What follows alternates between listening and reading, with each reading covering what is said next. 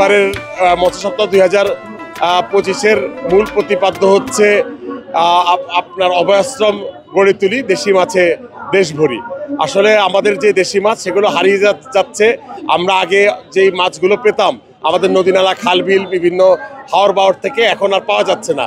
তো এগুলোকে ফিরিয়ে নিয়ে আসার লক্ষ্যে এবং এই দিকে গুরুত্ব দেওয়ার লক্ষ্যে বাংলাদেশের মৎস্য অধিদপ্তর এবং এবার এই উদ্যোগটি নিয়েছে, এই প্রতিপাদ্যকে সামনে রেখেছে এবং যাতে আমরা স্পেশালি আমাদের ছোট মাছ, আমাদের যেসব সংকটাপন্ন মাছ, যে মাছগুলো আছে যেগুলো হারিয়ে যাচ্ছে সেই সকল মাছকে যেন আবার ফিরিয়ে আনতে পারি এবং এইসব হাওর বাওরকে যেন আমরা সংরক্ষণ করতে পারি। আমাদের মেইন ফোকাসটা অভয়াশ্রম গড়ে তুলতে হবে, যাতে আমাদের দেশীয় মাছটা আমরা দিনের পর দিন এটাকে টিকিয়ে রাখতে পারি। না হলে আমাদের মৎস্য খাতে যে উন্নয়ন এটা দিনের পর দিন কমে যাবে।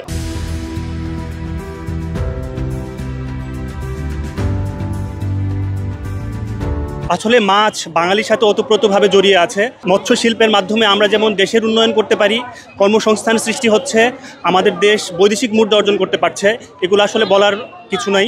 কিন্তু আমাদের যেটা দরকার সেটা হচ্ছে আমরা জেলে সম্প্রদায়ের জীবনমানের উন্নয়ন এবং এই মৎস্য খাতের টেকসই উন্নয়ন, এই লক্ষ্যেই আমরা আজকের এই র্যালিটার আয়োজন করছি। আমাদের বাংলাদেশে কিন্তু দেশি মাছগুলো হারিয়ে যাচ্ছে। তো দেশি মাছগুলো হারিয়ে যাওয়ার ফলে কিন্তু যেই খাল বিল এই জায়গায় যেই পরিমাণ দেশি মাছ পাওয়া যেত এখন পাওয়া যাচ্ছে না।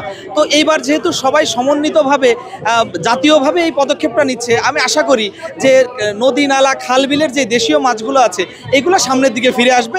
এখন আমাদের একটা বড় উপকূলের যে অংশ রয়েছে, উপকূলের একটা বড় অংশের মানুষ কিন্তু আসলে এই মাছ ধরার উপর নির্ভরশীল, যাদেরকে আমরা জেলে বলে থাকি।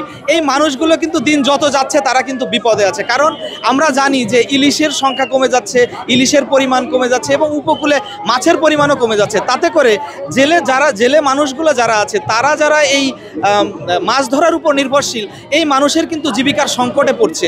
উপকূলের যদি এই প্রাণ প্রকৃতি রক্ষা করা যায় তাহলে নিশ্চয়ই এই জেলেরা তাদের জীবিকা নির্বাহ করতে পারবে এবং মাছ বাড়লে জেলেরা ভালো থাকবে। প্রজনন ক্ষেত্রটা বা যে খাবারের যে জায়গাটা সম্পূর্ণ থাকবে এবং হ্যাবিটেট রক্ষা হবে, যার কারণে আমরা যেগুলো মাছ হারায় যাচ্ছে আমাদের বিলুপ্ত প্রায়, সেগুলোকে আমরা প্রায় উদ্ধার করে আনতে পারবো।